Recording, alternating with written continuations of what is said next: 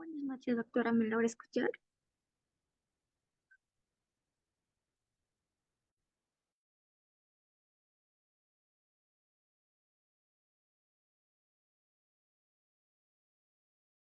Buenas noches, sí te logro escuchar.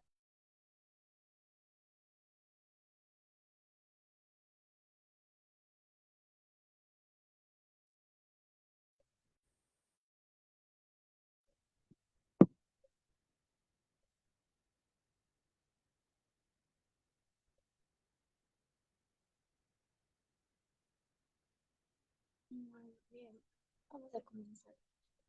Muy buenas noches, estimados participantes. Les saluda Lidia, asesora académica del Centro de Capacitación CIP. Bienvenidos al curso de Fluidoterapia en Animales de Compañía. El ponente a cargo es la doctora Ángela Parra González. Para una buena exposición, por favor, mantener micrófonos y cámaras apagadas, a menos que el ponente solicite su participación. Cualquier consulta o duda que tengan los responderá al final de la presentación. Asimismo, para todos los participantes que desean solicitar el material, la clase grabada y el certificado, les dejo mi contacto en el chat, esperando que el curso sea de su agrado. Le doy el pase a la ponente. Muy buenas noches.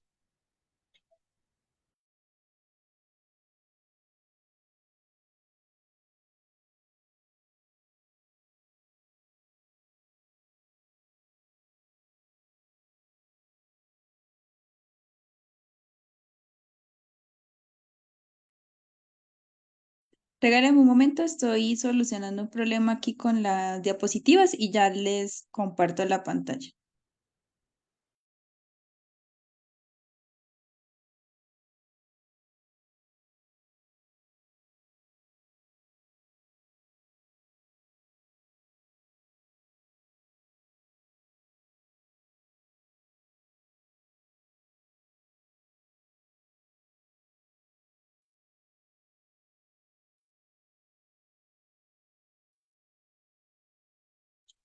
Muy buenas noches para todos. Ya les comparto la pantalla para poder iniciar la ponencia.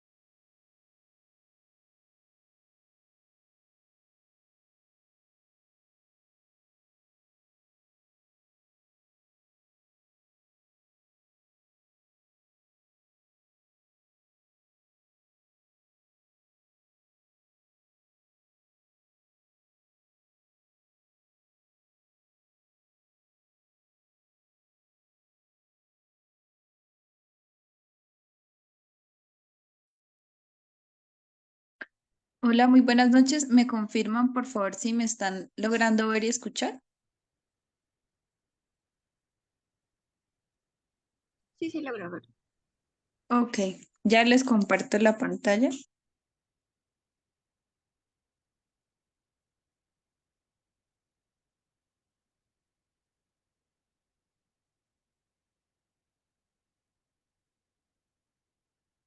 ¿Me puedes compartir, porfa? ¿Me puedes volver, por favor, anfitriona para poder compartir la presentación?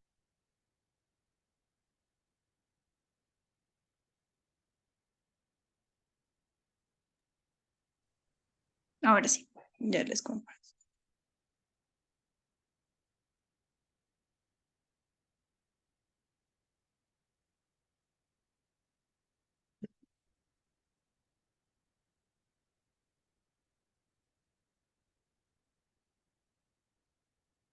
Ok, entonces, bienvenidos a la clase de fluidoterapia en animales de compañía.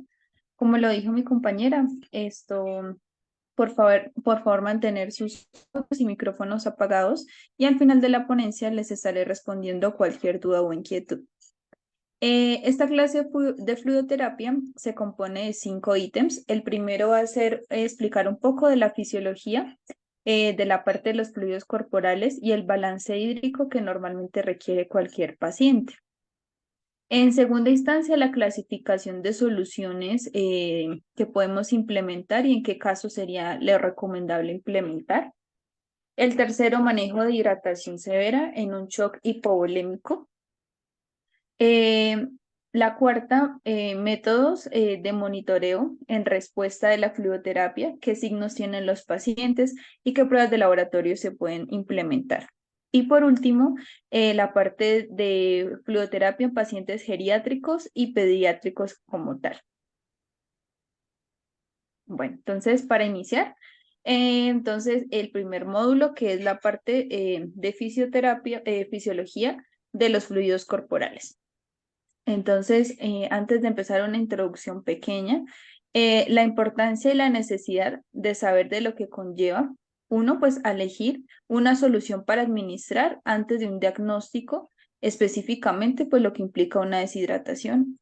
La terapia con fluidos constituye una base fundamental del tratamiento del paciente, especialmente en urgencias o críticamente, pues, enfermo eh, por lo que conoce, por lo que hay que conocer sus indicaciones, los tipos de fluidos indispensables, las rutas de administración y el cálculo de volumen a administrar es fundamental para conllevar una aproximación clínica.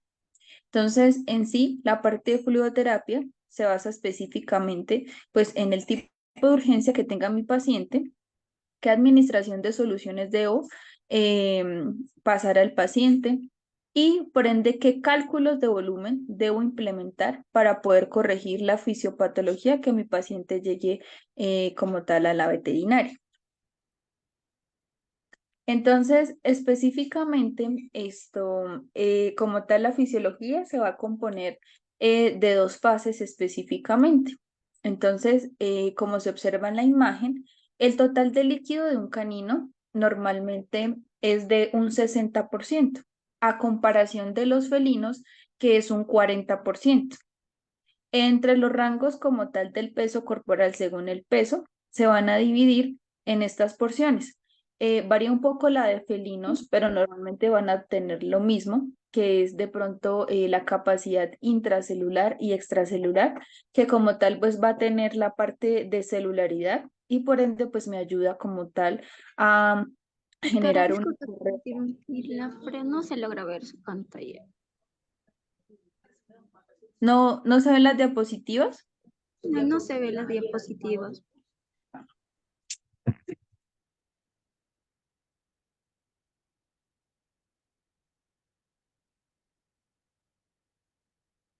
Bueno.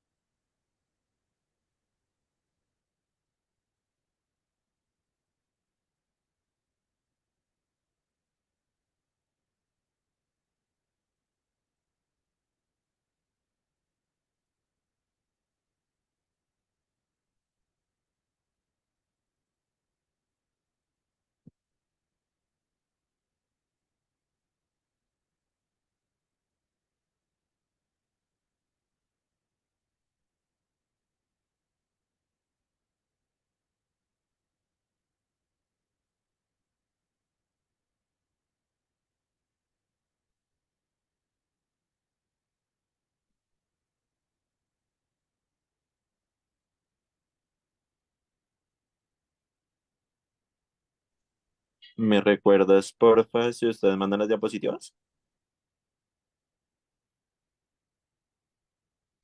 ¿Se logra ver la pantalla?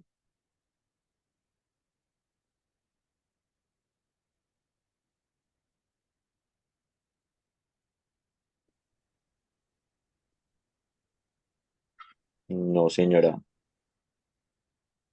Espérenme un momento entonces.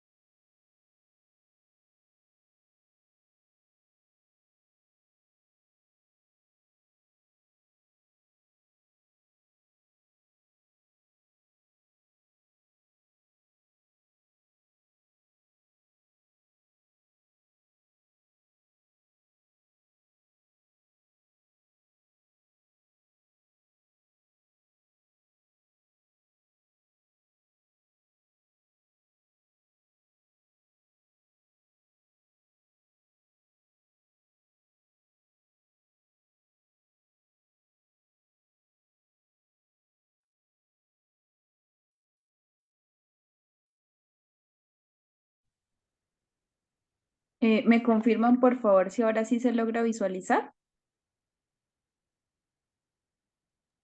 Sí se logra ver. Ok. Bueno, entonces qué pena es que tuve ahí un problema con el Zoom. Entonces, bueno, entonces vamos a volver a iniciar. Entonces, como les comentaba, una introducción, pues antes de iniciar con la clase, es sobre la importancia que debemos tener en cuenta de por qué pues se debe administrar una solución con el fin pues de nuestros pacientes que no lleguen en urgencias. Entonces, uno, es específicamente el tipo de urgencia que el paciente requiera y saber qué tipo de fluidos o indicaciones nosotros debemos administrar. Y referente a esto, pues el cálculo según la deshidratación patológica que tenga mi paciente. ¿Vale? Y por otro lado, la aproximación clínica con el fin de llevar a cabo cada 24 horas una correcta evaluación de mi paciente para saber si los fluidos que yo como profesional pues le estoy añadiendo a mi paciente. Entonces, para hablar un poco referente pues a la parte fisiológica de los fluidos corporales, tenemos en cuenta que el total de fluidos como los en caninos, es de un 60%. Cuando hablamos de felinos es un 40%. Lo que varía es el porcentaje corporal de peso en agua en los pacientes, pero cada uno pues conlleva lo mismo a nivel intracelular y extracelular, el cual son los líquidos que se van a componer por la parte celular. Entonces, como en este caso, pues les voy a explicar la parte de la fisiología de fluidos, específicamente pues en la parte de caninos. Entonces, el total del cuerpo va a obtener un 60% específicamente de agua. Entonces, este 60% se va a dividir en dos porciones. Una que va a ser el 40%, que es el agua corporal, que está dentro de la célula intracelular. Y en esta parte, cuando hablamos a nivel interno, entonces esa es la que va a contener específicamente la parte del potasio y el fósforo, los cuales son los iones que como tal dependen del espacio intracelular. Entonces, por otro lado, el 20% para completar un 60%, el cual pues lleva un líquido a nivel extracelular, el cual pues este va a obtener la parte de sodio y cloro, que son los iones pues más importantes en este espacio. Entonces, son cuatro electrolitos, ¿sí? O iones que normalmente se deben mantener siempre regulados. Entonces, cuando hay pérdidas patológicas como vómitos, diarreas o simple y sencillamente nuestro paciente esto ya no cumple con las kilocalorías durante el día, entonces ahí pues va a generar una deshidratación y por ende empiezan pues las pérdidas como tal. Entonces, estas pérdidas específicamente sean de potasio, fósforo, sodio y cloro, en el cual este otro 20% se va a dividir en un 15 y en un 5%. Entonces, el 15% se va a dividir en el espacio intersticial, que sería pues el líquido que está en la mitad de ambos iones, y un 5% que es un líquido entre el espacio intravascular. Entonces, así sería como funcionaría o cómo se dividiría la cantidad de agua o líquido corporal de nuestros pacientes. Que en felinos es lo mismo, lo que varía pues es el rango, que en ellos es un 40% y en vez de 40% del espacio intracelular, en este sería solo 20%. Pero va a dividir específicamente los mismos valores, los mismos iones que son sodio, potasio, cloro y sodio para nosotros poder interpretar qué tipo de pérdidas y el grado de porcentaje que se encuentra mi paciente. Entonces es importante llevar a cabo pues una tabla de porcentajes de deshidratación. Saber de pronto qué medidas en esta ocasión pues se han venido regulando o por ende se han venido perdiendo. Entonces, para esto es importante la parte de una tabla como tal, específicamente, que nos va a conllevar el grado de deshidratación de nuestros pacientes. Entonces, específicamente, empezamos que un paciente que de pronto no tenga una deshidratación crónica, pero que sí le querramos agregar de pronto líquidos o fluidos durante nuestro proceso de hospitalización. Entonces, hablamos de un -4%. Recuerden que el retorno de pliegue cutáneo y capilar debe ser inmediato y menor a 2 segundos. Entonces, en este sería un porcentaje de pronto inicial, el cual pues no hay ausencia de hallazgos clínicos en el examen físico en consulta. Por otro lado, cuando ya se presenta una deshidratación mayor al 4% y incluida el 6%, entonces ahí el paciente empieza a generar específicamente sequedad, ¿sí? De las mucosas, de las membranas mucosas, El paciente pues no presenta algún tipo de afección física como el jadeo, que es una parte compensatoria del paciente, o taquicardia, que es aumento de la parte cardíaca, y una ligera pérdida de la elasticidad específicamente en el pliegue cutáneo y difícil por ende pues de detectar. Que estos dos primeros valores de color verde como se ven en la tabla son como los más básicos para poder nosotros de pronto empezar a implementar, que ya más adelante les explico qué fórmulas básicas podemos implementar llegado a este caso. Pacientes no tienen deshidratación, pero aún así pues requieren medicamentos endovenosos, ya sea para el dolor, para de pronto gastritis, otros implementos según lo que nosotros vayamos examinando en consulta. Un porcentaje de deshidratación que conlleva entre 6 a 8%, entonces ya hay un retraso ligero o moderado en la parte del pliegue cutáneo y la parte de las membranas mucosas. El paciente ya empieza a generar una ligera taquicardia y una presión del pulso a nivel cardíaco. Entonces, ahí el tiempo de llenado capilar va a ser mayor a 3 segundos. Cuando ya vemos que nuestro paciente tiene un grado de deshidratación más alto, ya sería el porcentaje entre 10 a 12%. Entonces, allí el paciente va a presentar un retorno del pliegue cutáneo y capilar bastante marcado y retardado, que va a ser mucho mayor a 4 segundos. La parte de las mucosas se va a tornar bastante seca. La coloración de las mucosas se va a tornar de diferentes colores. Hay algunas que son pálidas, hay algunas que son de color amarillas, otras que son cianóticas y otras que son hiperémicas, que son muy congestivas. Entonces, cada una de esas mucosas nos van a ir alertando. Que más adelante les explico a fondo cuál sería la parte con una imagen para que ustedes de pronto se guíen un poco. El paciente empieza con jadeo y por ende el paciente nos puede entrar en shock en ese momento porque hay un grado de deshidratación muy alto. Entonces, ya cuando pasa del 12% de deshidratación, quiere decir que el paciente, pues en este caso, el retorno del pliegue cutáneo queda allí. Entonces, a veces cuando nosotros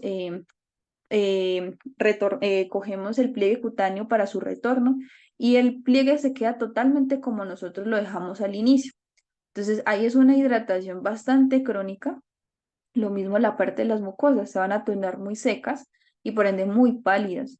Entonces ahí es donde más el paciente puede ingresar en un paro, en un shock hipovolémico, ¿sí? Y por ende, pues va a afectar toda la funcionalidad de sus constantes normales, como lo son la temperatura, la parte cardíaca, el pulso y por ende la producción de pronto de pérdidas patológicas, vómitos o diarreas, o por ende esto que el paciente presente deposiciones con sangre en algunas ocasiones o tenga hemorragia interna.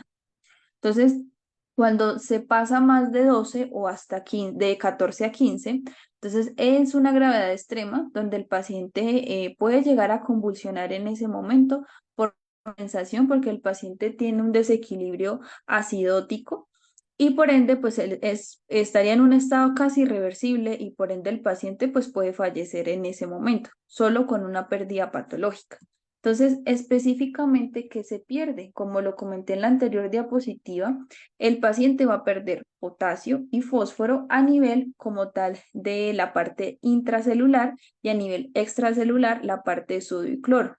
Cuando esto hace una compensación sistémica, todos estos valores se van a descompensar. Entonces, el porcentaje total corporal de agua no va a estar en 60, sino en un 10, en un 5, en un 15, en el cual pues el cuerpo por compensar empieza como a retornar en la parte sistémica de otros órganos y entonces allí es donde empiezan los fallos cardíacos, los fallos pulmonares y los fallos multiorgánicos y que el paciente ingrese en shock por un desequilibrio hídrico bastante complejo.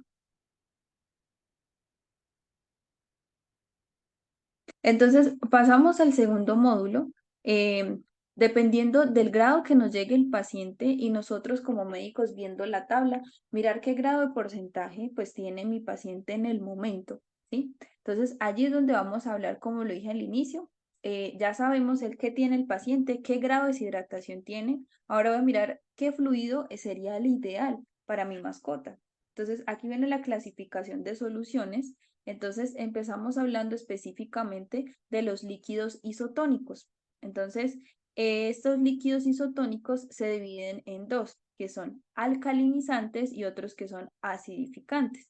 Y cada uno pues tiene una diferente manera de compensación de los pacientes. Entonces, el más conocido de los alcalinizantes es el lactato de Ringer. Está indicado específicamente cuando el paciente tiene pérdidas como una acidosis, ¿sí? Una insuficiencia renal, cuando mi paciente tiene abundantes vómitos, diarreas, poliuria o una hipovolemia por el shock. Está contraindicado específicamente en insuficiencia hepática y en hipercalemia. La dosis implementada que podemos utilizar, tanto en caninos y en felinos, es de 5 a 20 ml. Hasta llegado el caso que el paciente ingrese por un shock hipovolémico, como se nombra allí. Entonces ahí podemos aumentar el flujo, que serían 80 ml kilo hora, ¿sí? De igual manera, más adelante les explico qué fórmula podemos implementar para sacar el cálculo de pérdidas patológicas o una dosis básica, como les hablé específicamente al principio, cuando los pacientes nos llegan con un estado de deshidratación de forma inmediata o menor a 4 segundos, el cual pues no presenta sintomatologías, pero necesitamos aplicar una cierta medicación endovenosa. Entonces, estos fluidos isotónicos, por otro lado, se dividen en acidificantes, el cual pues es el más conocido también como el cloruro de sodio, el cual viene a 0.9%. Otro fluido isotónico como lo es el glucosalino al 5%. Estos dos, normalmente el cloruro de sodio viene en cientos porcentajes. El más utilizado en clínica de pequeños es este, que es a 0.9%. Entonces, está indicado básicamente pues para cualquier tipo de situación inicialmente. Pero cuando el paciente de pronto tenga este tipo de complicaciones, como una patología por restricción al sodio, que esto se evalúa básicamente en electrolitos o en el equilibrio ácido-base del paciente, se puede ver retornado o reflejado este valor. Hipotensión o acidosis metabólica. Entonces, más que todo, pues esto se evidencia con los electrolitos y con una funcionalidad cardíaca del paciente. Por otro lado, la parte como tal de la dosis es exactamente igual a la que les acabé de mencionar anteriormente, como lo es el lactato de Ringer, que es alcalinizante, entre 5 a 20 ml kilo hora, y en estado de shock crónico podemos implementarla a 80 ml kilo hora.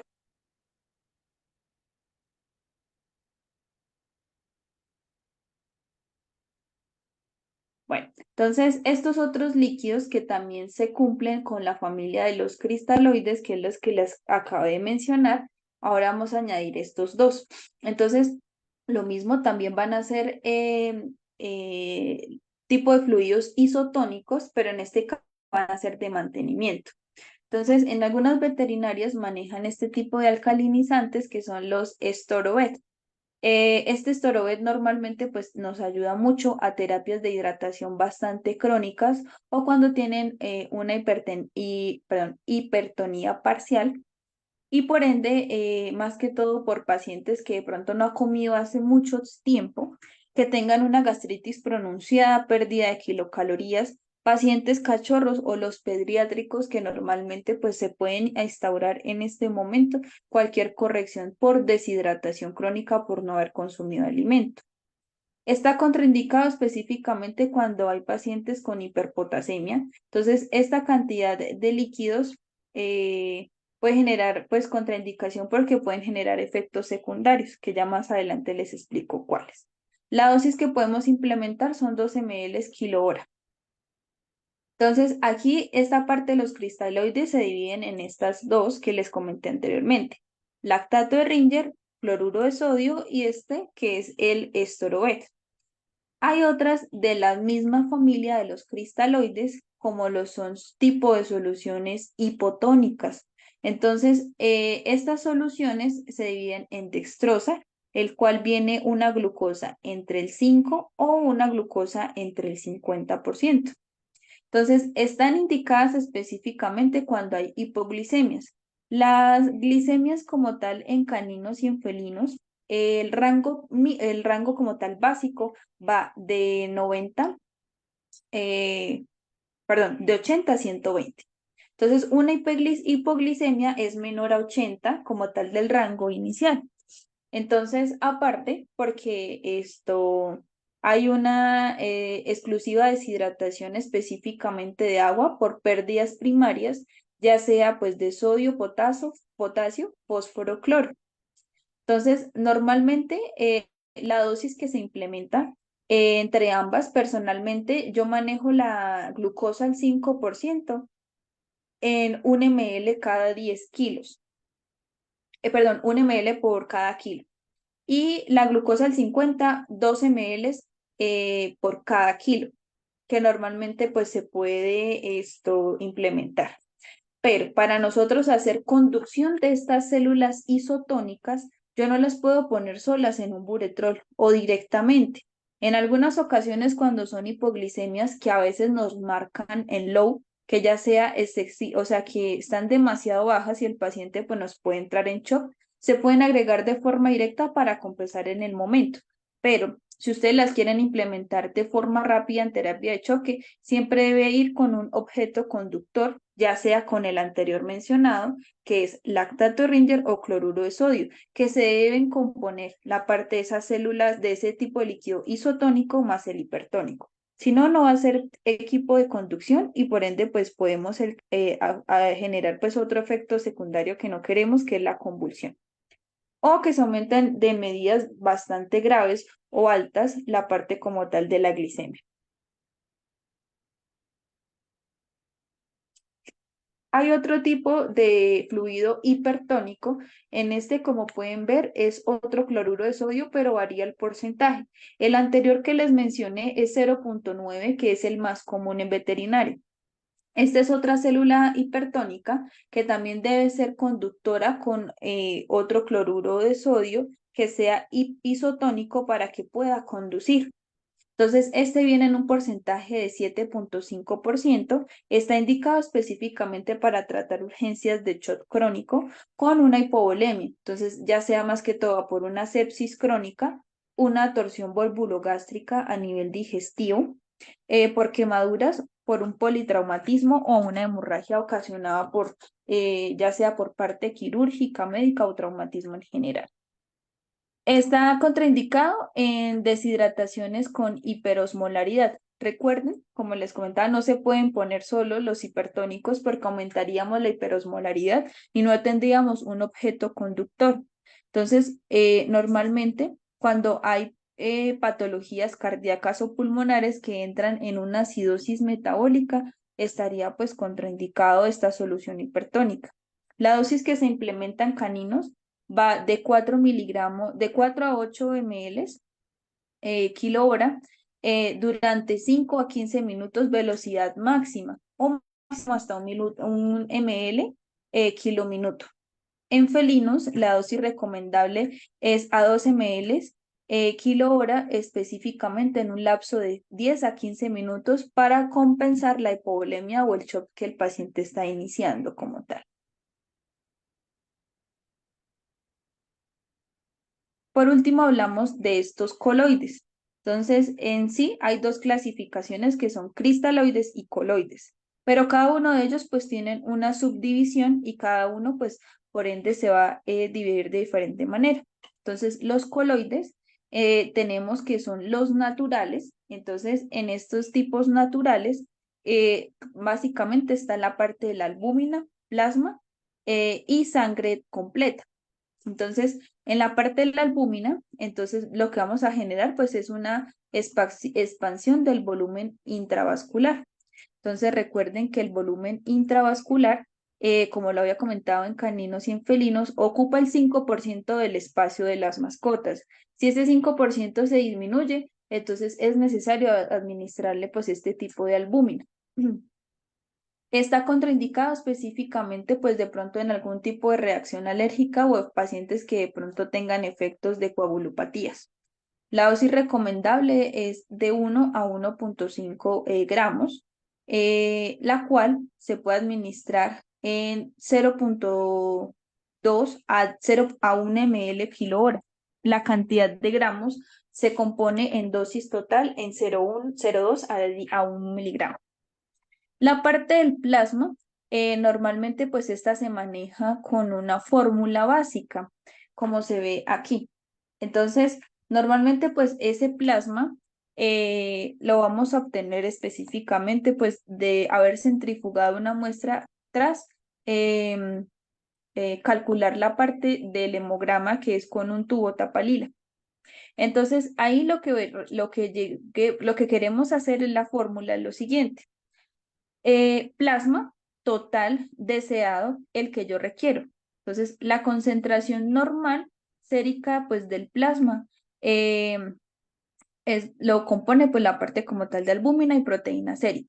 El rango debe ser entre no mayor a 1,5 y no mayor a 3,5. Entonces, dependiendo de eso es lo que vamos como tal a llegar en la fórmula deseada, ¿sí? Menos el volumen actual de proteína total que debe estar disminuida. Y esto se va a disminuir en el plasma que normalmente el donante nos aporte en este caso. Entonces, el plasma del donante por el volumen de plasma obtenido por ml. Entonces, esta más que todo sirve para la parte plasmática o sangre como tal completa. Pacientes que presentan hemorragias crónicas, un hematocrito que esté en menor a 2 o en 4 con una hemoglobina de 4, ¿sí? Entonces me explico para que no se enreden tanto. El plasma y la sangre completa pues va muy de la mano, ¿sí? Entonces, normalmente esta se aplica para pacientes con hemorragias, como le dije anteriormente, ¿sí? O pérdidas sanguíneas, ya sea intraoperatorio o por traumatismo. Entonces, la misma fórmula que les acabé de mencionar es el total que nosotros debemos implementar. Entonces, esas concentraciones de albúmina y proteína total, pues las vamos a ver, la vamos a ver reflejadas en una bioquímica sanguínea y en conjunto con un cuadro hemático. La hemoglobina, el hematocrito y las plaquetas son los que me van a indicar cómo está funcionando sistémicamente la funcionalidad de los glóbulos rojos a nivel sanguíneo. Entonces, dependiendo de eso, las máquinas nos van a dar un valor total específico para nosotros guiarnos. Entonces, en esta ocasión, lo que quiere hacer con la fórmula es que el paciente supla las necesidades con las que queremos llegar. Entonces, para eso se hacen pruebas cruzadas, más que todo, pues para saber si mi paciente puede adaptarse a la sangre nueva que le voy a administrar, que son fluidos de tipo natural. Entonces, se realiza un tipo de cruzamiento, ¿sí? O una prueba de compatibilidad, también se le puede denominar, en el cual pues se juntan ambos plasmas y si ellos de pronto hacen una buena coagulación, quiere decir que el paciente va a aceptar la sangre. Si de pronto aglutinan, que es destrucción de los glóbulos rojos, entonces ahí sería negativo. Esa sería la fórmula que se debe implementar. Plasma total perdón, deseado menos el plasma actual del paciente. Y aparte el plasma del donante y vamos a obtener pues el volumen a administrar por ml. Normalmente pues dependiendo de esto, las fórmulas varían en caninos y en felinos. En caninos va a ser entre 10 a 40 ml kilo hora y en felinos de 5 a 20 ml kilo hora. Pero lo que los va a denominar pues va a ser la fórmula que está ahí escrita.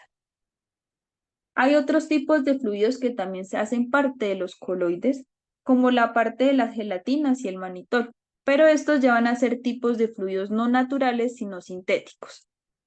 Entonces, hablamos pues de las gelatinas, normalmente pues también están contraindicadas en pacientes que presenten coagulopatías o de pronto que causen reacciones alérgicas al momento. La dosis de esto es de 15 a 20 ml kilo día en caninos y en felinos de 2,5 a 5 ml kilo día. El más conocido también se utiliza en clínica, que es el manitol. El manitol se usa más que todo para pacientes que tengan aumento de presión intracraneal, intraocular o que presenten un edema cerebral. Entonces, en algunas ocasiones puede producir reacciones alérgicas. La dosis recomendada a utilizar este medicamento es de 0,25 miligramos por kilo. Entonces, como tal, esta sería la clasificación específicamente de las soluciones cristaloides con sus subgrupos y coloides con sus subgrupos. Entonces, dependiendo de esto, entonces ahora vamos a evaluar pues el manejo específicamente de una hidratación severa o un shock hipovolémico. ¿Cómo actuar? Anteriormente les había comentado en la tabla de deshidratación que los pacientes nos pueden llegar con este tipo de, de mucosas, la cual pues nos va a indicar muchas cosas plenamente, pues así antes pues de palparlos o realizar cualquier examen, ya podemos denominar por qué lado pues de pronto irnos. Cuando la imagen 1 se ven muy congestivas, normalmente pues las mucosas deben verse rosado, húmedo, eh, y por ende esto no tan brillantes. Entonces hay algunas veces que las mucosas están muy congestivas, que es un rojo demasiado brillante y por ende esto son demasiado roja y que son demasiado brillantes. Entonces, en esta ocasión, cuando nosotros vamos a hacer el retorno del pliegue capilar, lo que vamos a denominar es que no se va a ver absolutamente nada por la cantidad de rojo que se ve en las mucosas. Entonces, cuando los pacientes nos llegan así, quiere decir que hay un daño a nivel valvular, ya sea a nivel de los ventrículos, aurículas o las válvulas a nivel del corazón, lo que me indica que no está haciendo un buen llenado ni vaciado para que me irrigue de forma correcta los demás órganos.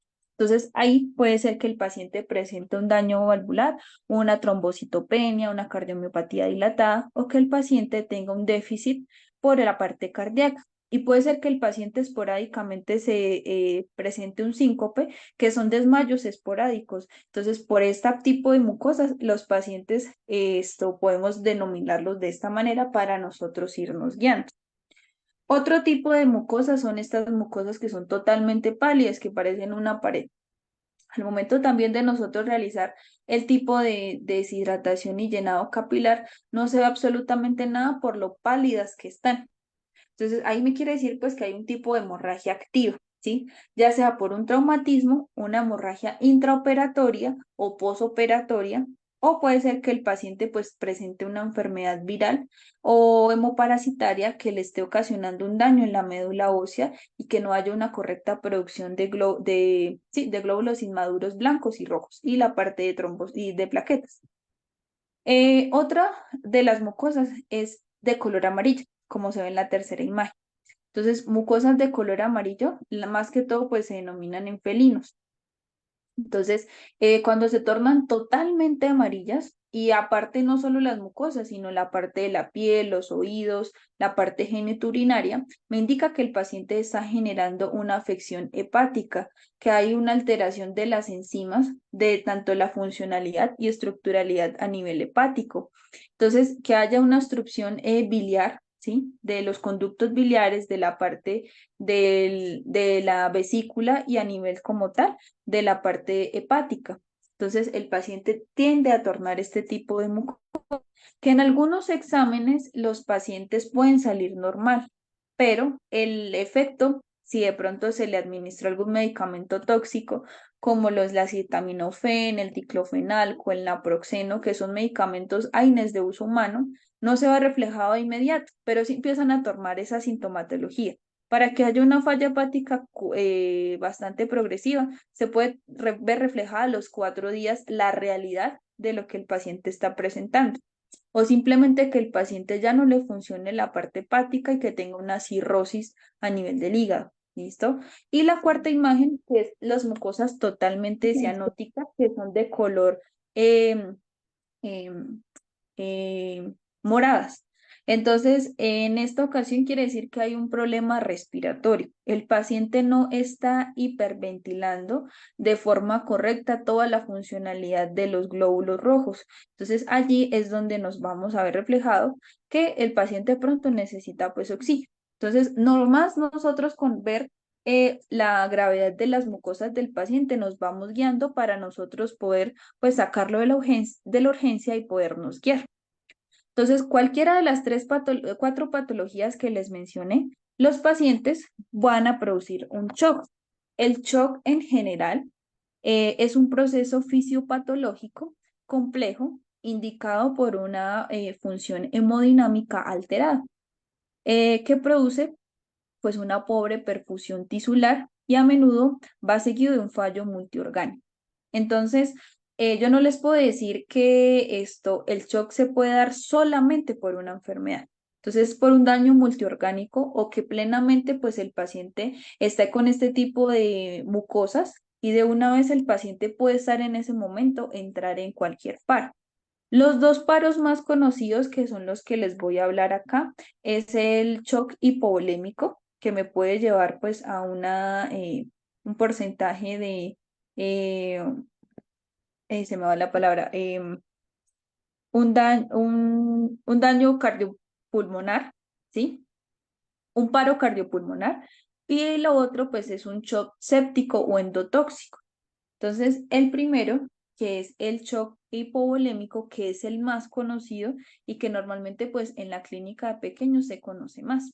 Entonces, acá está una pequeña fisiopatología muy clara por encima para que ustedes se guíen cómo se produce este shock o por qué, ¿sí? Entonces, nomás con la mucosa le decimos, listo, el paciente puede entrar en shock hipovolémico, pero ¿por qué? ¿Sí? Entonces, por esta sencilla razón. El shock hipovolémico normalmente pues presenta una disminución del flujo sanguíneo entre un 15 a un 25%. Más que todo esta disminución del volumen sanguíneo se presenta por un tipo de hemorragia, ¿sí? Entonces, ya sea hemorragia a nivel del vaso, del hígado, de pulmón o plenamente de piel. Entonces, cualquiera que haya una hemorragia constante, el paciente va a presentar este tipo de shock. Entonces, el primer órgano que se va a ver afectado, pues es la parte de la médula ósea y por ende la parte cardíaca. Entonces, allí pues va a haber una estimulación de los senos aórticos para que me haya más bombeo, ¿sí? A nivel de todos los órganos para que pueda perfundir de forma correcta. Entonces, ¿qué pasa? Va a generar una vasoconstricción para que me aumente la presión arterial. Entonces, con este aumento de la presión arterial, puedo irrigar de forma correcta los demás órganos y que puedan ventilar y hiperventilar de forma adecuada. Pero, ¿qué pasa? En este aumento de presión arterial pueden suceder dos cosas. Entonces, que el paciente presente una isquemia, que es allí donde genera la activación del sistema del riñón, que es el sistema renino-angiotensina. Entonces, ahí como se va a activar este sistema renino-angiotensina, va a haber mucha liberación de aldosterona. Entonces, él me va a retener mucha más agua y sodio, que son los otros electrolitos que les había comentado, específicamente pues el sodio, que es a base del líquido extracelular, para que el paciente pues esa hemorragia que esté presentando sea compensada a nivel del riñón. Pero entonces, ¿qué pasa? Como se activó pues esta retención de sodio y agua, en algunas ocasiones no se puede liberar de forma correcta, ¿cierto? Porque hay un llenado y un vaciado a nivel del sistema del riñón. Entonces puede ser que en esta liberación de aldosterona y que esta retención de sodio y agua me genere pues una necrosis tisular a nivel del riñón. Entonces, allí se dirigiría en el peor de los casos, pues a la parte de la hormona antidiurética que me puede causar hipoxia tisular, disminución de oxígeno, una glucólisis y por ende una acidosis que va a empezar el paciente a tornarse de color cianótico y dificultad respiratoria. Por otro lado, puede generar después de esa vasoconstricción una vasodilatación. Entonces, cuando hay esa vasodilatación, la presión arterial va a disminuir. Entonces, si disminuye esta presión arterial, pues va a disminuir el gasto cardíaco. Y allí puede generar dos cosas, que el paciente pues pueda fallecer de forma inmediata porque hizo una disminución de la presión arterial. Ya no va a haber un buen vaciado ni llenado, ni una buena irrigación y perfusión tisular. Entonces puede el paciente fallecer o por otro lado, el paciente puede enmascarar o generar un estancamiento de sangre en donde pues presente el traumatismo y por ende genere que se active el sistema de coagulación intravascular diseminada, pero por ende volvemos al ciclo inicial. Entonces, aumento de la presión arterial, sigue produciendo una necrosis tisular por el sistema renino-angiotensina y por otro lado, pues una hipoxia tisular bastante compleja. Entonces, este sería pues de pronto la manera pues un poco más sencilla y didáctica de explicar por qué se produce el shock hipovolémico inicial, ya sea porque el paciente llegue con cualquier tipo de afección de las mucosas. El otro shock que también es bastante conocido, no solo por el shock hipovolémico, sino por el shock séptico o endotóxico que me puede ocasionar pues este tipo de deshidratación crónica. Entonces, el tipo de shock séptico o endotóxico es por altas cargas de bacterias gram positivas y negativas en el sistema, ¿sí? O que el paciente plenamente pues haya consumido algún tóxico y que por ende pues requiera este tipo de alteración. Entonces, el paciente va a empezar específicamente con una inflamación.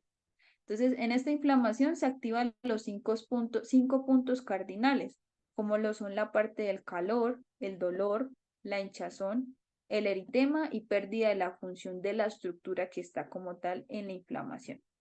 Cuando se activa el sistema de inflamación, empiezan a proliferar más endotoxinas de los microorganismos causales. Se empiezan a duplicar o a migrar a otros órganos vecinos.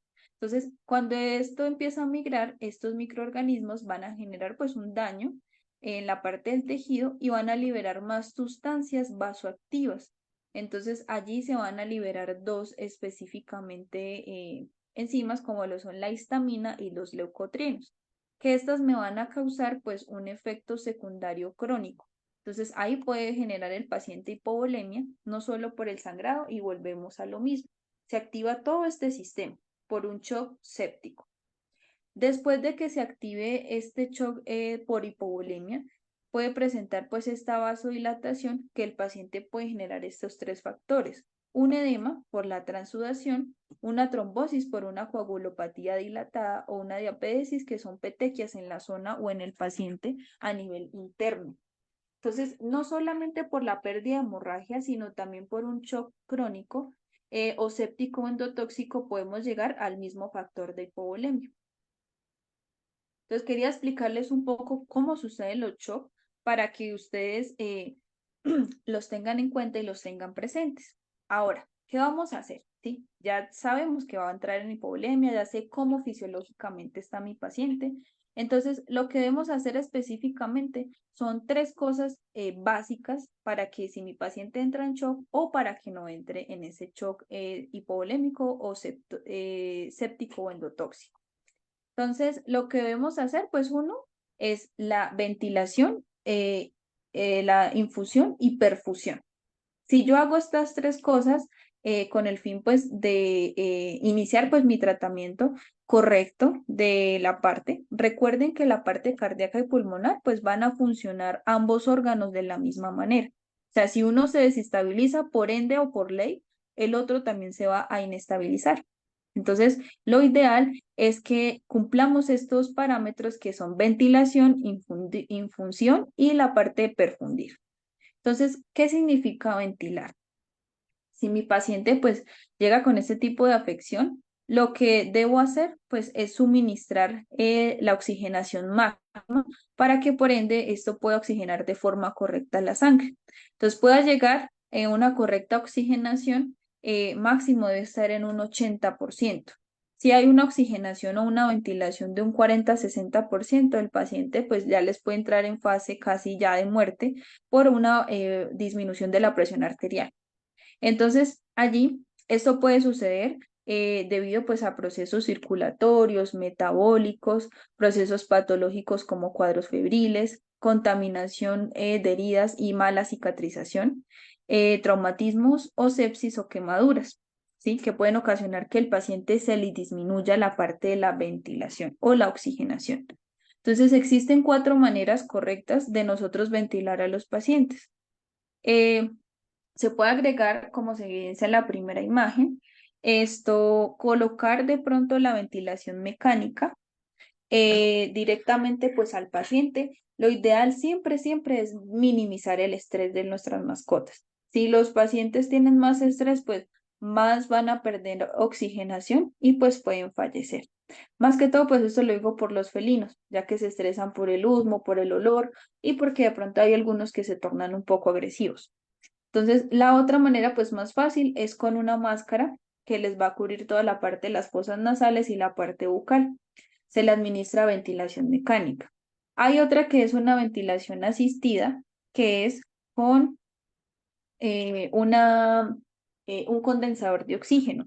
Entonces allí esto tiene unas cánulas que van directamente en las fosas nasales y podemos regular con la sonda, con las cánulas, la oxigenación. O simplemente si el paciente pues está relativamente muy crónico, se puede entubar el paciente y administrar oxígeno con ventilación mecánica o directamente con un ambú. Para minimizar el estrés, existen unas cámaras que también se utilizan para nebulizar los pacientes. Entonces son cámaras de vidrio que normalmente pues se introduce el paciente. Como se pueden ver en la imagen, pues el condensador de oxígeno se instaura pues de forma correcta según los grados, el peso del paciente, el oxígeno a implementar y pues ahí vamos a tener más captación de oxígeno y minimizando pues el riesgo de estrés. La otra palabra que les había comentado pues era la parte de infundir. Entonces, infundir ahí pues requiere lo que les expliqué anteriormente, el tipo, saber qué tipo de coloides o cristaloides le voy a poner a mi paciente, según la gravedad de patológica que tenga el paciente. Entonces, normalmente para la parte de infusión, lo que hace es aumentar o incrementar el volumen circulante de los fluidos y por ende podemos generar métodos de aumento de la presión venosa central, ¿sí? O aumento de la contracción. Y por ende, si se estabiliza un poco la parte cardíaca, por ende se va a estabilizar la parte respiratoria. Entonces, la idea pues es tener una correcta total de fluidos, correcta cálculo de los fluidos para no empeorar el cuadro del paciente. Entonces, normalmente, pues les había comentado la parte de los cristaloides según sus subgrupos. Es importante, pues, proporcionar una solución similar, sino causar, pues, de pronto un desplazamiento de fluidos. Esas son fórmulas que son básicas que nos dice la literatura. Pero ahorita les digo los que yo personalmente instauro en pacientes crónicos y críticos o de pronto fórmulas básicas. 90 ml kilohora o en caninos y felinos 40-50 ml kilohora. Recuerden pues que la parte pues de los coloides ya es suplir la parte si requieren transfusión sanguínea o si administración de plasma o por ende cualquier tipo de otras administración para suplir las necesidades según lo que el paciente tenga. Y por último, la parte de perfundir es cuando ya mi paciente pues no alcanza los objetivos terapéuticos anteriores mencionados. Si yo no recupero la parte ventilatoria y tampoco aumento la parte cardíaca, pues mi paciente va a fallecer y eso es lo que yo no quiero que pase. Entonces ahí ya van a entrar el shock anteriormente que les expliqué en esta posición. Entonces lo que vamos a hacer pues es atribuir a la parte de farmacología, como lo son la dopamina, adrenalina o dobutamina. Normalmente, pues esto es lo que me ayuda a aumentar la contractibilidad cardíaca y que el paciente, pues por ende, vuelva a oxigenar y a hacer un mantenimiento correcto de los líquidos de la ventilación de los órganos. Entonces, estos normalmente pues se pueden implementar. La más conocida pues es la adrenalina. La dosis en caninos y en felinos es de 0,04 miligramos por kilo. La dopamina normalmente pues también me va a aumentar la contractibilidad cardíaca. La dosis que se maneja es de 15 a 20 microgramos y lo mismo la dopamina a 20 microgramos. Esta sería más que todo para la contractibilidad cardíaca. Los que se utilizan más que todo para la parte respiratoria se llaman el Doxapran, el Viviran, Supramax, ¿sí? Que más que todo son nombres comerciales que me ayudan a aumentar la captación de oxígeno, generando una broncodilatación de los bronquios y por ende hacer más captación de aire, perdón, de oxígeno. Entonces, como les digo, si se componen ambos, se estabilizan, van a funcionar de forma correcta. Pero si uno está en desbalance, su paciente les va a generar pues en un shock hipovolémico o un shock cardiogénico. Entonces, lo ideal es que no suceda esto.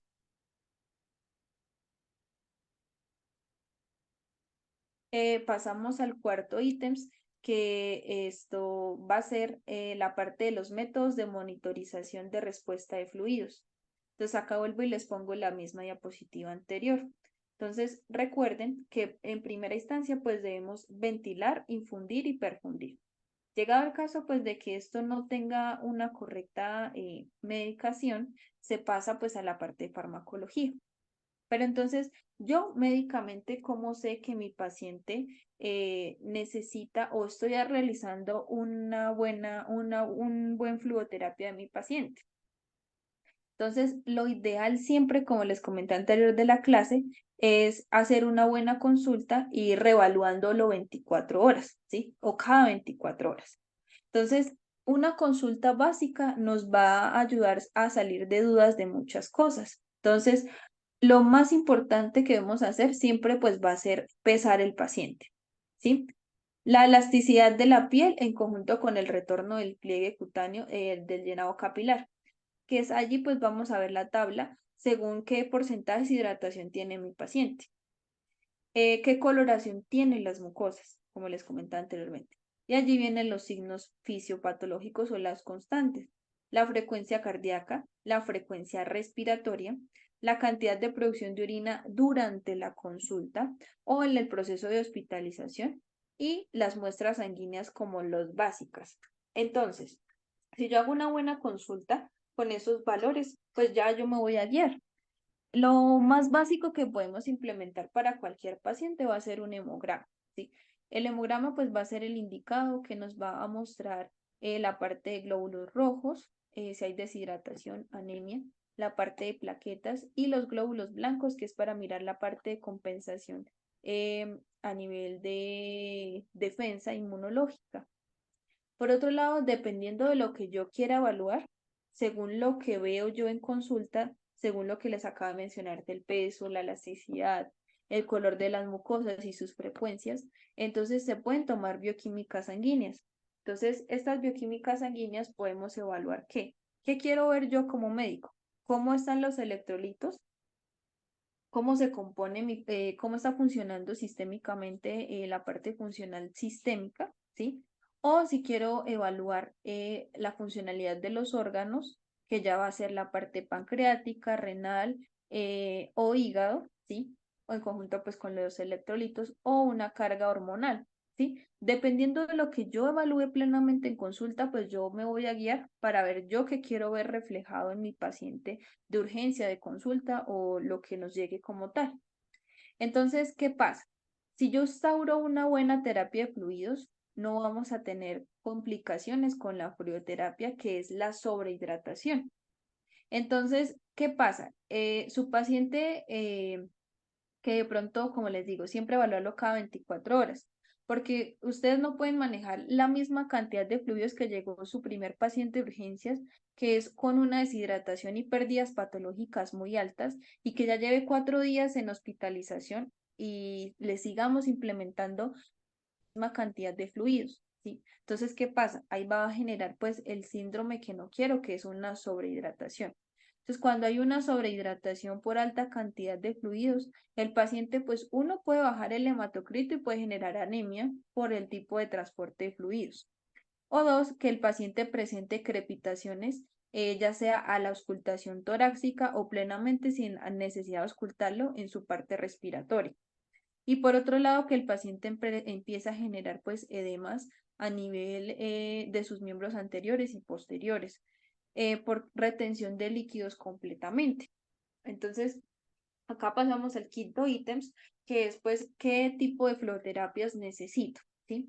Entonces, acá no voy a hacer pues un término coloquial porque los pacientes geriátricos o pediátricos nos pueden llegar en cualquier signo patológico, ¿sí? Entonces, aquí lo que quiero que vean es dependiendo de la gravedad que nos llegue el paciente y con la deshidratación que nos llegue a consulta, saber de pronto yo cómo hago los cálculos para tener una correcta fórmula, un correcto cálculo para compensar a mi paciente, ¿sí? dependiendo de lo que presenten los pacientes sistémicamente, como lo dije anteriormente, en las contraindicaciones de los fluidos, ahí sí tendría que ver. Pero la cantidad de líquido sí depende de lo que el paciente requiere en urgencia. Entonces, ¿qué pasa? Aquí les tengo pues un ejemplo que es bastante básico. Entonces, normalmente hay un ítems o un factor de corrección básico de literatura que cuando los pacientes son adultos, el factor de corrección es 40 y cuando son pediátricos o cachorros, el factor de corrección es 60, ¿sí? Entonces, normalmente les pongo este ejemplo. Entonces, un canino de 20 kilos presenta pues una deshidratación de un 8%. Entonces, cuando son de 20 kilos, pues ahí me quiero reflejar que es un paciente adulto. Entonces, pues vamos a hacer la fórmula básica primero que todo. Entonces, 20 que es por el peso, por la fórmula del factor de corrección, que es 40 para los adultos. Entonces, hago la multiplicación dándome 800 ml, que es lo que requiere principalmente el paciente, ¿sí? En total. Pero entonces, ¿qué pasa? Según el grado de deshidratación que tenga mi paciente, también lo debo ver reflejado allí. Entonces, allí vamos a tener dos valores, que son pérdidas patológicas, cuando su paciente llega con hemorragias, diarreas, vómitos, entre otras ocasiones. Entonces, allí lo que vamos a hacer, pues, es ponerle un porcentaje de pérdidas patológicas según la literatura. Entonces, cuando son vómitos, el factor de corrección como tal es 50. Diarreas son 100. Hemorragias, 150, ¿sí? Entonces, todo depende según el factor de pérdidas que tenga el paciente. Entonces, lo que se va a realizar es que se hacen dos como tal fórmulas. Entonces, una de restablecimiento y otra de mantenimiento, ¿sí? Entonces, la primera que yo mencioné, que es 20, que es el total de peso, por 40, ¿sí? Que es la básica. Entonces, vamos a tener 800 ml total de líquidos, que ese va a ser el mantenimiento total. Pero entonces, ¿qué pasa? Cuando hablamos un total de restablecimiento, contamos las pérdidas patológicas del paciente. Entonces, según lo que el paciente tenga, voy a sumar, ¿sí? En conjunto, pues con el peso del paciente. Me explico. Ahí les puse un ejemplo que normalmente, pues mi paciente tiene vómitos y diarreas constantes. Entonces, ahí en ese tipo de vómitos y diarreas, me dieron 500 de pérdidas patológicas. Lo multiplico por el peso y me va a dar el total de restablecimiento. Entonces, esos dos valores totales, como lo son del restablecimiento, eh, es un ejemplo 1600 y el de mantenimiento de 800. Esos dos valores los debo sumar para darme un total específico de lo que el paciente requiere en el momento. Entonces, el total me dio 2400 ml por día. Pero entonces eso los puedo dividir en qué, en 6 horas o en 16 horas. Entonces esos 2400 puedo sacarlo por el 40% para suministrarle los líquidos de compensación por las 8 horas y el resto, que sería el 60% por 16 horas, para completar un total de 24 horas en general. Entonces acá pasamos a la parte como tal para instalar la velocidad que yo quiero que mi paciente tenga. Ahorita pues allá hay una bomba, pues ya existen bombas de infusión que normalmente pues ustedes le dan el total de líquidos y por las horas a implementar. Y la misma máquina pues les va a implementar el total de fluidos y según el tiempo para que sea una correcta medicación. O si no, la podemos hacer de forma manual. Entonces, hay tres pasos básicos. Entonces, siempre lo que les comenté anteriormente, el valor total se va a dividir en las 24 horas que tiene un día, ¿cierto? Una vez obtenido el valor total por 24 horas, esas 24 horas, pues un minuto va a tener 60 segundos. Entonces, el total de ml horas lo vamos a dividir por los 60 segundos.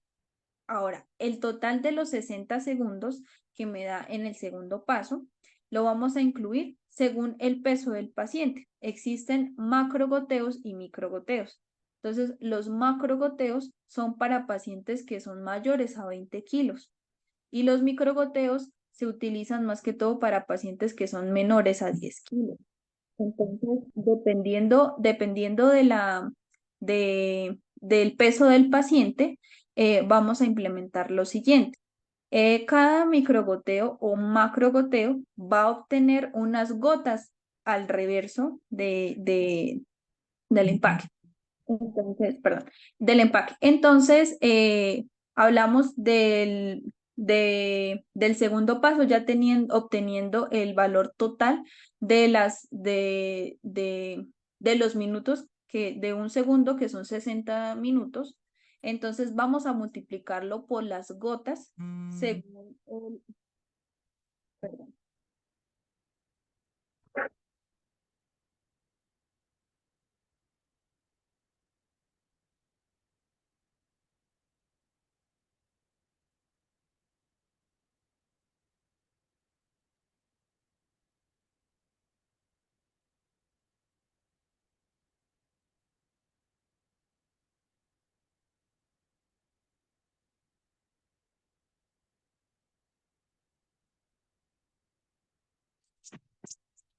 Perdón. Entonces, como les comentaba, entonces, según las gotas, vamos a implementarlo en macro y microgoteos, ¿sí? Entonces, teniendo el valor total de un ml por 60 segundos, vamos a implementar el porcentaje de gotas. Entonces, si mi paciente es mayor a 20 kilos, multiplico el total del paso 2 por las gotas del paciente. O si mi paciente es menor a 10 kilos, el total del segundo paso por las 60 gotas, dándome un total de gota por minuto. Entonces, ya teniendo ese valor, vamos a ver cuántas gotas por segundo yo debo implementar en el goteo en las 8 horas o en las 16 horas para suplir las compensaciones que tenga mi paciente. Entonces, el total de gotas lo vamos a dividir por 60 y nos va a dar el resultado como tal, que puede ser 2 gotas por segundo, 3 gotas por segundo o 1 gota por segundo, para suplir según la terapia de choque que necesite el paciente. Y acá está la fórmula básica que debemos implementar. Entonces, la fórmula básica es cuando los pacientes que anteriormente en clase les mencioné que tienen un porcentaje de deshidratación casi nulo, pero yo necesito pasar algún tipo de fluidos en el momento. Entonces, hay una terapia básica o una fórmula básica que es 40 por el peso más 70. Entonces, esta es más que todo para pacientes que no tienen un grado de deshidratación muy crítico o muy crónico y se puede implementar como tal. Y para terminar, les hablaba mucho de la perfusión y hipoperfusión. Entonces, cuando es grave, moderada o crónica, se puede necesitar pues cualquier tipo de solución. Entonces, acá es un resumen. Cuando es muy leve, entonces normalmente los caninos y los felinos necesitarían una solución isotónica y más que todo, pues en gatos, siempre reducirla a la mitad para no generar pues un choque. Las vías de administración siempre van a ser endovenosas. Y lo ideal es que pues tomen 2 vías, una para líquidos y otra pues llegado el caso para reanimación. Y pues el tipo de fluidos de elección, dependiendo pues de los que les comenté en la anterior tabla. Cuando es una hipoperfusión moderada, normalmente pues va a aumentar el grado de compensación, es de 30 a 50 ml, y cuando es grave ya sería de 60 a 90 ml. Y recuerden que en felinos va a ser reducir el tercio a la mitad para evitar choques. Normalmente pues esto se hace de urgencia o si no se puede implementar los cálculos que anteriormente les mencioné según las pérdidas y el volumen total que ustedes deseen realizar. Ahora vamos a pasar a la sesión de preguntas. Si alguno tiene alguna duda o inquietud, recuerden pues que las cámaras ya están la parte de los audios encendidas por si desean acudir a alguna inquietud.